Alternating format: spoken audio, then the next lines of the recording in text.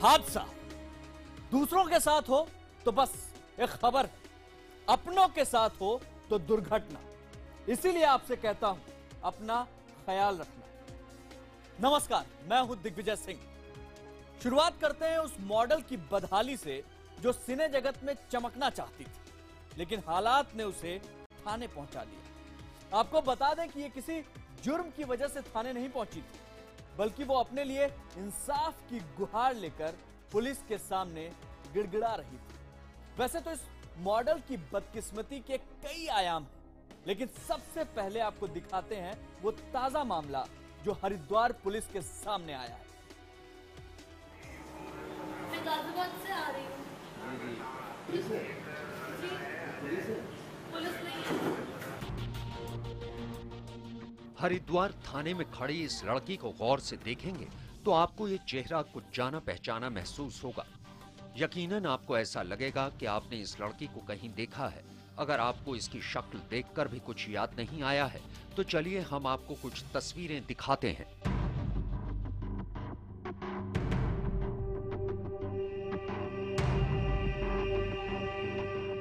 तस्वीरों में मौजूद इस खूबसूरत चेहरे को गौर से देखिए। ये लड़की ग्लैमर वर्ल्ड में जाना पहचाना नाम रह चुकी है। इस लड़की को आपने फिल्मी पर्दे पर भी देखा होगा, कई बार अखबारों और न्यूज चैनल की सुर्खियों में भी देखा होगा। बहरहाल इसका नाम और पता आपको बाद में बताएंगे, लेकिन पहले आपको वो माजरा बताते हैं कि ये थाने में क्यों खड़ी है, वो क्या वजह है जो इसे थाने तक ले आई है। मैं गाजियाबाद से आ रही हूँ। पुलिस नहीं है। इसका अंदाज बता रहा है कि ये पुलिस वालों के सामने अपना दुखड़ा बयान कर रही है। इसका अंदाज देखकर समझा जा सकता है कि वो पुलिस से मदद की गुहार लगा रही है। तो आपको बता दें कि ये बात सही है कि ये पुलिस के पास इंसाफ की गुहार लगाने पहुंची है। ये पुलिस के पास उस धोखे की शिकायत करने पहुंची है जिसने इसकी रूह को तड़पाया है। क्या है इसका दुखड़ा, वो आपको इसकी जुबानी ही सुनवाएंगे, लेकिन उससे पहले आपको बता दें कि इस लड़की का नाम अलीशा खान है। लव कपूर मुझे छोड़ के जा चुके हैं। लव कपूर ने मेरे से धोखा करा है। लव कपूर ने मेरी मांग भरी है। लव कपूर की तो दोबारा शादी हो जाएगी, लेकिन मेरी नहीं। तो सुना आपने, ये मामला इस बार शादी और धोखे का है। अलीशा खान के मुताबिक 2 महीने पहले उसकी शादी कनखल के रहने वाले लव कपूर के साथ हुई थी। लव कपूर ने अलीशा के साथ बाकायदा आर्य समाज मंदिर में शादी की, जिसके लिए अलीशा ने अपना धर्म परिवर्तन भी किया। लेकिन शादी के बाद लव कपूर उसे अपने घर नहीं ले गया, बल्कि किसी होटल में कमरा लेकर वहीं रहने लगा। कुछ दिन तक तो सब कुछ ठीक रहा, लेकिन फिर लव कपूर का रवैया बदलने लगा और 2 महीने बाद उसने परिवार के दबाव में आकर अलीशा से सारे रिश्ते तोड़ लिए। लव कपूर ने मेरे सारे पैसे खर्च करवा दिए। लव कपूर की वजह से मैं मुसलमान से हिंदू हुई। मैंने धर्म परिवर्तन किया। आर्य समाज मंदिर में हमारी शादी रचाई गई। लव कपूर अब मुझे छोड़ के चले गए। लव कपूर ने मेरा यूज एंड थ्रो किया है। अलीशा ने बताया कि वो लव कपूर से किसी अवार्ड फंक्शन के दौरान मिली थी, जिसके बाद दोनों अच्छे दोस्त बन गए, लेकिन मिलना जुलना कम ही होता था।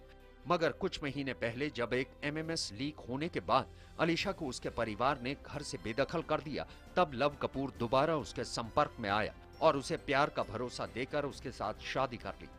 लेकिन कुछ महीने बाद जब उसका रवैया बदल गया तो उसकी नीयत का खुलासा हुआ।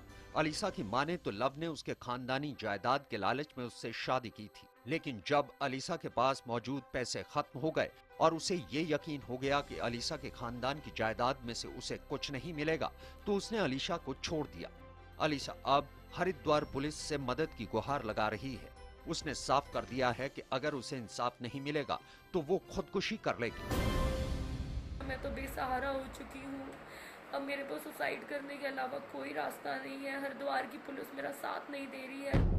वहीं इस मामले में जब एसएसपी हरिद्वार से बात की गई तो उन्होंने दावा किया कि उन्होंने पहले ही तमाम थाने को निर्देशित किया हुआ है कि इस तरह के मामलों में फौरन कार्रवाई की जाए।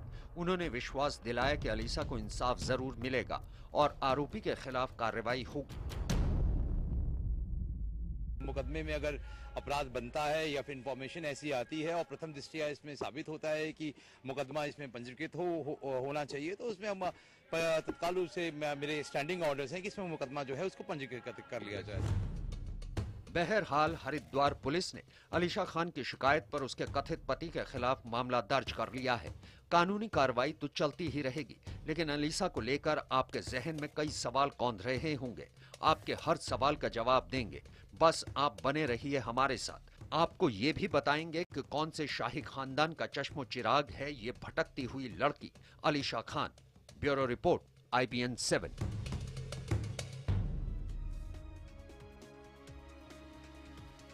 वैसे अलीशा खान पहली बार पुलिस के पास नहीं पहुंची हैं। तकरीबन 2.5 महीने पहले अलीशा को दिल्ली की सड़कों पर भटकते हुए देखा गया था। तब अलीशा ने IBN 7 के सामने अपना दुखड़ा सुनाया था। चलिए आपको भी दिखाते हैं अलीशा का वो दर्द जो उसने हमसे बयां किया था।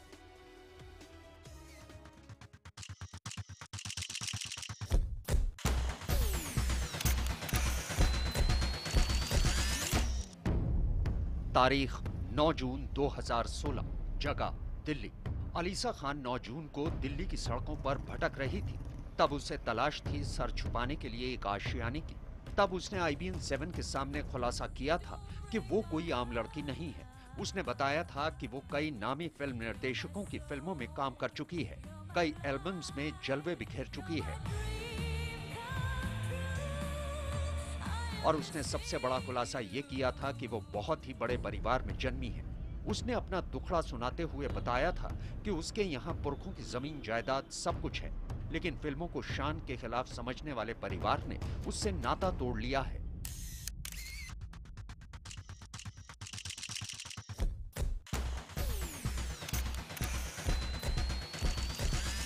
मुझे मेरे घर से निकाल दिया गया परमानेंट। मेरे भाई ने, मेरी माँ ने, मेरे भाई, मेरे पिताजी नहीं है इस दुनिया में, मुझको बाहर निकाल दिया। मैं बिल्कुल ही बेसहारा हो गई हूँ। हमने उसकी बातों की तस्दीक सबसे पहले ग्लैमर वर्ल्ड से ही शुरू की। उसका ग्लैमरस लुक आप भी देख लीजिए।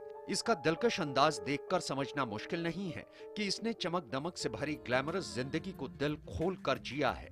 उन्हीं दिनों रिलीज हुई फिल्म माई हस्बैंड वाइफ में उसने लीड रोल निभाया था। इसके अलावा भी उसकी तस्वीरें उसकी खूबसूरत जिंदगी को बयान करने के लिए काफी हैं। उसकी सीने जिंदगी का सच जानने के बाद हमने उसके पारिवारिक बैकग्राउंड को खंगालना शुरू किया। इसके आगे का सच सुनेंगे तो आप भी चौंक जाएंगे। आपने दिल्ली से सटे शहर गाजियाबाद का नाम जरूर सुना होगा। गाजियाबाद वो शहर है जिसे अलीशा खान के दादा नवाब गाजी-उद-दीन ने बसाया था। उन्हीं ने कहा है कि मैंने उनका नाम मिट्टी में मिला दिया, बदनाम कर दिया, गाजी-उद-दीन के नाम पे मैंने कलंक लगा दिया है। अलीशा खान की जिंदगी के और पन्ने उकेरने की कोशिश की गई तो कई चौंकाने वाली बातों का खुलासा हुआ। अलीशा खान ने जिंदगी में कई बार धोखा खाया था। उसने जिस लड़के से प्यार किया, जिसके भरोसे पर अपना सब कुछ लुटा दिया, उसने भी इसे ऐसा धोखा दिया कि ये किसी को शक्ल दिखाने के काबिल भी नहीं रही। उस लड़के ने इसके आपत्तिजनक वीडियो सोशल साइट्स पर अपलोड कर दिए, जिसके बाद इसने पुलिस का दरवाजा खटखटाया तो आरोपी ने वो वीडियो डिलीट कर दिए। लव स्टोरी तो सबकी लाइफ पे होती है, लेकिन मुझे नहीं पता था लव स्टोरी के बाद एक कुछ कोई किसी की मर्डर भी बना देता है, मर्डर 3, मर्डर 4, या किसी की हेट स्टोरी भी बना देता है। तो मेरे साथ कुछ मर्डर और हेट स्टोरी वाला ही हुआ है किस्सा। मेरा MMS बना के साइबर क्राइम कर दिया, लोगों को दिखाया ताकि मेरा करियर बनने से पहले ही ठप हो जाए और मेरा मान सम्मान मिट्टी में मिल जाए, मेरे राजघराने का नाम डूब जाए। वैसे जब हमने गाजियाबाद पुलिस से इस बारे में बात की थी तो पुलिस ने बताया था कि अलीशा ने शिकायत जरूर की थी, लेकिन उसके बाद उसने जांच में कभी मदद नहीं की। विवेचक का कहना है कि अभी तक जो एक्ट्रेस हैं अलीशा खान, इनके द्वारा डिटेल्स नहीं दी गई हैं जिसके आधार पर पुख्ता कार्रवाई की जा सके। बहरहाल अलीशा खान की जिंदगी चमक दमक के पीछे छुपे दर्द का वो आईना है जिससे बॉलीवुड और मॉडलिंग वर्ल्ड की बेशुमार लड़कियां गुजरती हैं। Bureau report, IBN 7। वो दुनिया की लड़ाई लड़ता था मगर अपने कातिलों से नहीं लड़ पाया। जूनागढ़ में हुए सनसनीखेज कत्ल की यह खबर आपको दिखाएंगे एक छोटे से ब्रेक के बाद।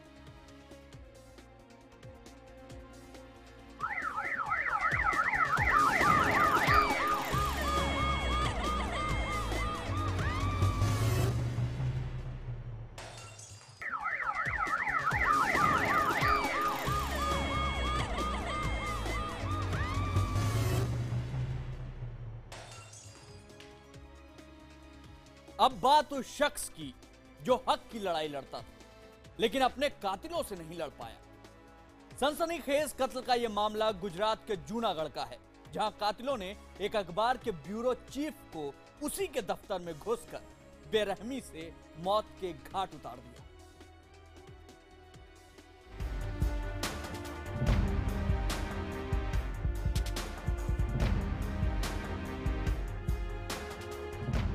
ये जनाजा है कलम के एक सिपाही का। ये जनाजा है गुजरात के उस नेक नामी का जिसमें दावा किया जाता था कि ये राज्य देश में सबसे ज्यादा सुरक्षित है। मृतक किशोर दवे गुजरात के जूनागढ़ में राजकोट से पब्लिश होने वाले एक बड़े अखबार जय हिंद के ब्यूरो चीफ थे। कातिलों ने उनके ऑफिस में घुसकर तब हमला किया जब शाम के वक्त वो अपने ऑफिस में दूसरों के दुख दर्द को अखबार के पन्नों में समेट रहे थे। किशोर दवे के ऑफिस की हालत और उनकी लाश को देखकर आसानी से अंदाजा लगाया जा सकता है कि हमलावर कितने बेरहम थे। उन्होंने किशोर पर चाकू के कई वार किए थे। किशोर की हत्या से पूरे इलाके में सनसनी फैल गई है। उनके भाई ने आरोप लगाया है कि उन्होंने पहले ही पुलिस को एक लेटर लिखकर इस जानलेवा हमले का अंदेशा जताया था। मैं आईजी को एक पत्र लिखा था कि मेरी जो हत्या होगी तो उसके पीछे ये सब जवाबदार होंगे। इस खौफनाक हत्याकांड की जांच कर रही पुलिस को एक सीसीटीवी फुटेज मिला है। इस फुटेज में बाइक सवार 3 लोग उस इमारत में जाते नजर आ रहे हैं जहां किशोर की हत्या की गई थी। यही तीनों करीब आधे घंटे बाद इस इमारत से बाहर आते हुए भी दिख रहे हैं। सूत्रों की माने तो इन तीनों की इमारत में दाखिल होने और बाहर आने के समय और पत्रकार किशोर दवे की हत्या का वक्त एक ही है।